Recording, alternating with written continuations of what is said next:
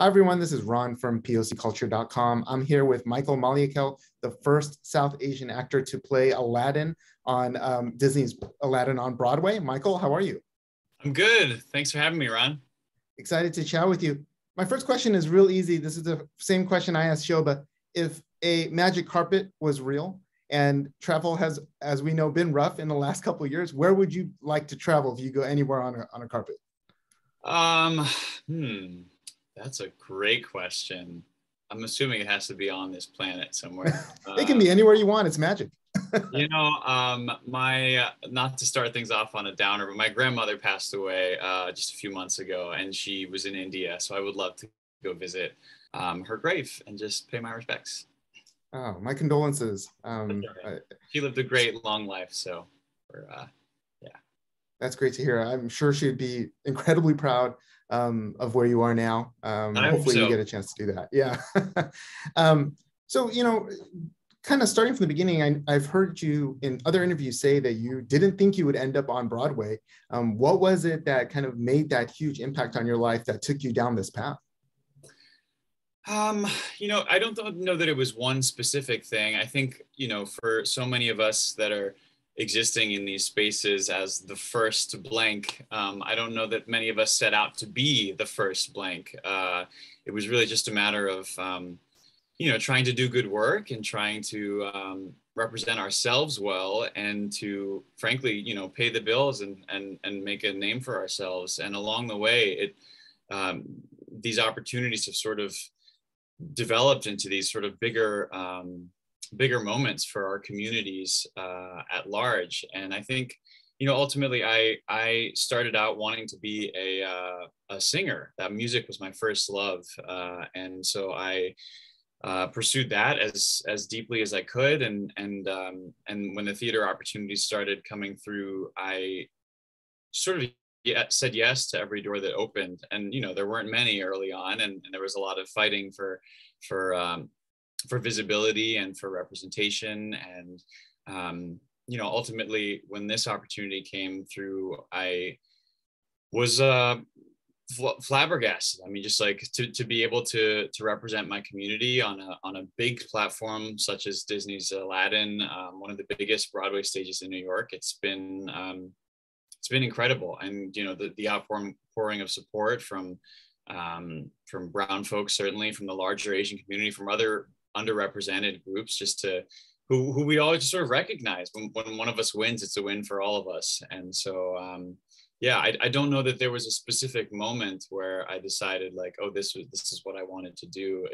It was always sort of this dream in the back of my head, and honestly one that I wasn't fully ready to commit to, just because I didn't see anyone doing it, right? And it's a terrifying thing to kind of devote your life to a profession when you don't have many role models, if any. And so I sort of took it on blind faith that if I just worked hard, if I committed to developing my craft as with as much focus and determination as I could, that hopefully the chips would land wherever they would. And luckily, really only in the last couple of years or so, certainly in like the post Hamilton era, as people start to reimagine which stories deserve to be told, and more importantly, who deserves to tell those stories.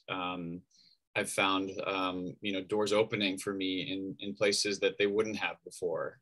So it's an exciting time. There's a lot of growth still to come, and I'm excited for what the future holds. But for now, I'm just really grateful for these opportunities. That's awesome to hear. What I've really appreciated in just reading more about you is that you really are leaning in completely into how important and groundbreaking your role as Aladdin is. You don't shy away from the importance of that to the community. You have representation matters in your Instagram profile, which I really appreciate. What do you hope that young brown boys and girls take away from watching you and Shoba on something like Aladdin on Broadway? I think more than anything, I hope they take away that they deserve to take up these spaces, that seeing people, carving a path for them, whether or not they choose to be performers. I mean, really, it's just about understanding that this is totally normal. Like, why shouldn't it be that faces that look like mine are taking the final bows on the big Broadway stage? Why shouldn't it be that people of Asian descent are winning Grammy Awards and Emmy Awards and, you know, leading the industry in the media? I think my most like deepest hope with all of this is that in 5-10 years time, I'm not the news story, that this sort of casting, me being in this role is not that remarkable, that it's really just another, you know, another check in the box for casting. I think ultimately right now things are still changing so quickly in terms of representation that it does feel momentous and it really is. And I bear that responsibility, but I would love that when these kids grow up, that they see stuff like this happening all the time. Why shouldn't the stages that they you know, come to see represent the world that they live in? And I think that's my biggest hope. 100%. Now, if you could take us through the audition process, you said that previously that this was like your first in-person audition in a while since the pandemic. What was that like, and what did you do to prepare for the audition? Oh man, yeah, it was you know, auditioning in our profession, you'll hear actors say a lot that auditioning is the job, right? We're the auditioning is really the hardest part about this job is you know, there's a lot of rejection involved, and there's a lot of preparation and dealing with nerves and anxiety, and all of that is a big part of it. And you know, we're in a field that sort of runs like job to job. There's not a lot of specific trajectory in the way, say, like a physician might have, or an attorney or whatnot. So auditioning really is a primary part of our job. So during the pandemic, when we were all unemployed, that skill set that we had all worked so hard to hone and craft really sort of got dull. And I was certainly no exception. So when this audition came through, on top of just being super excited that the industry was coming back and the grasp of the pandemic was kind of loosening, there was some fear and dread that sort of settled in, and I was like, oh man, am I ready to jump back into this right now? Both like mentally, physically, vocally, all of the above. And so as soon as it hit my desk, I was like, okay, we are knuckling down. We got work to do. We got to brush up these skills. And, you know, I was lucky to have some work over the pandemic, mostly remote stuff, pre-recorded concerts and Zoom readings of new musicals and some TV work. But really nothing along the lines of what a traditional, you know, day-to-day experience of a New York working actor is, which is, you know, pounding the pavement and auditioning and memorizing scenes like this and just like, you know, cranking them out. And so that was a big adjustment getting back into it for sure. But I'll tell you what, my first couple of auditions were over Zoom, the first initial appointments, some self-tapes and whatnot. But at some point in the callback process, they brought us in person. And I think it might have been one of the first auditions in the business back in person, actually, once that was deemed safe. You know, we were all vaccinated and wearing masks and whatnot, but it was a total breath of fresh air. Like all of the nerves that I might have otherwise had were just like completely replaced by just excitement about being back in the room, doing what it is that we do, vibing off of someone else in the audition room. Our director, Casey Nicola, is this like larger than life personality, just like a wall of energy. And you know, it's not the same when you're looking at each other over a screen here. In the same way that, Ron, I wish you and I were sitting at a coffee shop somewhere having this conversation. But you know, it was really great. It was really great to be able to vibrate together in a space, and you know, ultimately our career is about sharing space with people. We depend on large groups of people gathering in pretty small spaces, or, you know, larger spaces, but still the whole experience is about sharing the same air in a room. And you know, that was really, really special. And it was, in a way, it was nice to kind of distract me from the enormity of the task at hand, I guess. And really just enjoy being able to share space with other people again. It's funny because you talk about how the audition is the job, which I totally get. And you got it. It's like got to be one of the dream jobs of your career. But I also understand it's grueling. You've said in other interviews it's a very physical role. Michael, listen, I've seen your abs. You have abs that seem like Photoshop. So kudos to you. I don't know how you've done it, but how intense has it been? You know, once you did the role and went into preparation, and obviously going to what as much as 8 shows a week and things like that. Yeah. So when I say, like, you know, the auditioning is the job for sure, and it's about presenting your skill set in the best, most polished way that you can to the creative teams. But they say that booking the role is the gift, and then, you know, being able to do it is the fun part. And that's certainly true for sure. You know, I feel so grateful to be able to do this every night, and for every audience that we have. It, you know, it's not lost on me how fragile this whole industry is, especially in light of the pandemic. But the reality of the day-to-day can be very grueling. You know, you know, he's the title character, right? And you got to earn that. He's basically on stage the whole time, save, I don't know, maybe 10 minutes or so. And so there's singing, there's dancing, there's very physical, you know, fight choreography, and it requires a kind of athleticism, really, to be able to stay healthy and preventing any kind of injury, and making sure that every performance that you're giving, every audience that walks through those doors gets the same caliber of you know, top-notch performance. And so, yeah, we have a very, all of us, you know, we've got some of the best dancers on Broadway in our production, and you know, the way that we use our bodies is sort of I don't want to say unnatural, but you know, to have to do these 8 shows a week, the schedule is grueling for sure. And as singers, as actors, as dancers, our bodies are our instruments. You know, we don't have that luxury of a violin player or a trumpeter who can just sort of put their instrument in its case at the end of the day and then sort of go on and live their lives. Everything that we do outside of our show affects how difficult or easy the show is going to be that night. So that means, you know, eating super clean, prioritizing sleep and hydration, and on top of all the other stuff about just, I don't know, not getting COVID. And so yeah, it's definitely very physical. And I will say that nothing motivates you more than knowing that you have to wear a teeny tiny vest in front of 2,000 people every night. So that's a big part of it too, I won't lie. Now, if you didn't have to worry about that and you could eat whatever you wanted, when you get to that point, what are you going to eat? What's the first thing? Oh man, that's a great question.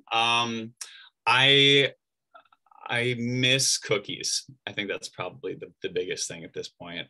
You know, the reality is with this show, I keep joking that I should wear like a Fitbit or a step counter or something to see how many steps I take. But like, I'm pretty sure I'm burning around like 2,500, 3,000 calories just per show. So like, I have a lot of flexibility with what I can eat just because of the sheer amount of cardio I'm getting every night in the show.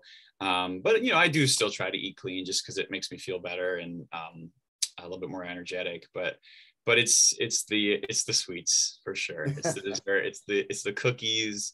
It's the milkshakes. Oh, donuts. Oh, donuts. Yeah. So that's it. I feel like this conversation is going to ruin your diet. The way I'm drooling right now. Just Now, I understand the show's actually been slightly edited in some areas to increase authenticity, cultural authenticity. Could you talk a little bit about that process and in what ways that you've appreciated those changes? Yeah, absolutely. It's a great question. You know, if we're looking for silver linings in this last 2 years of the pandemic, is it sort of opened our eyes, or at least a lot of the gatekeepers, so to speak, to a lot of the inequities that are existent in this industry.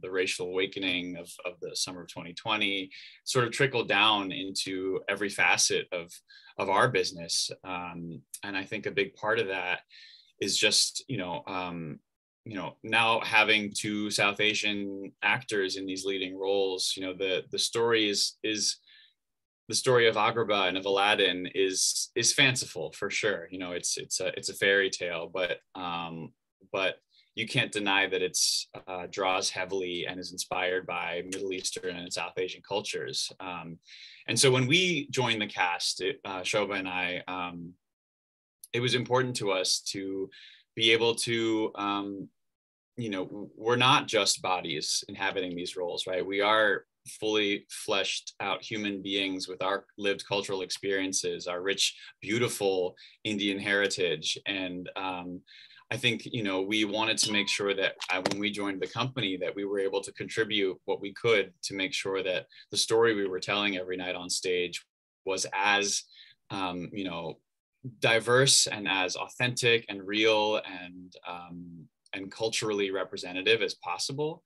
And so, you know, this story, the movie certainly came out many, many years ago at a time when, you know, things about cultural sensitivity were a little bit less clear, I guess. And I think now Disney has made really great strides in terms of just being open to understanding that these pieces are living things. Like, they don't need to be set in stone.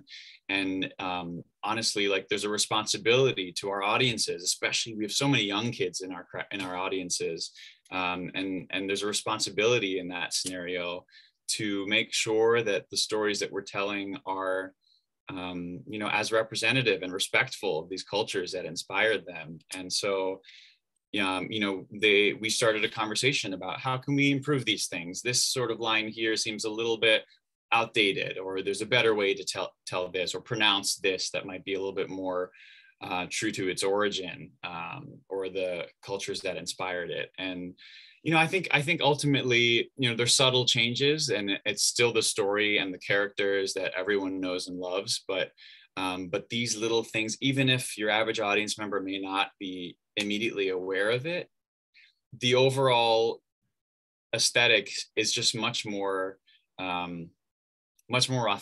You know, I think that's ultimately the goal. It makes the storytelling more interesting, even if it's something as imperceptible as like saying Agrabah instead of Agrabah, you know, little things like that here and there. And I think when you spoke to Shobha, she may have mentioned she's a fantastic classically trained Bharatanatyam dancer, which is the South Indian cultural dance form. And so she was able to bring some of her incredible technique to kind of specify some of the, you know, Indian inspired dance movement in our show. And it all just, I think it makes it all feel just a little bit more real, a little bit more respectful, I think.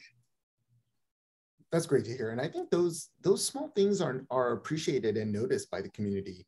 And especially things like how words are properly pronounced, we're becoming more and more aware of, which is critically important for people like us and people of color who have gone our lives having our names mispronounced, or, you know, part of our culture is mispronounced. So yeah, right. Yeah. I think that's great.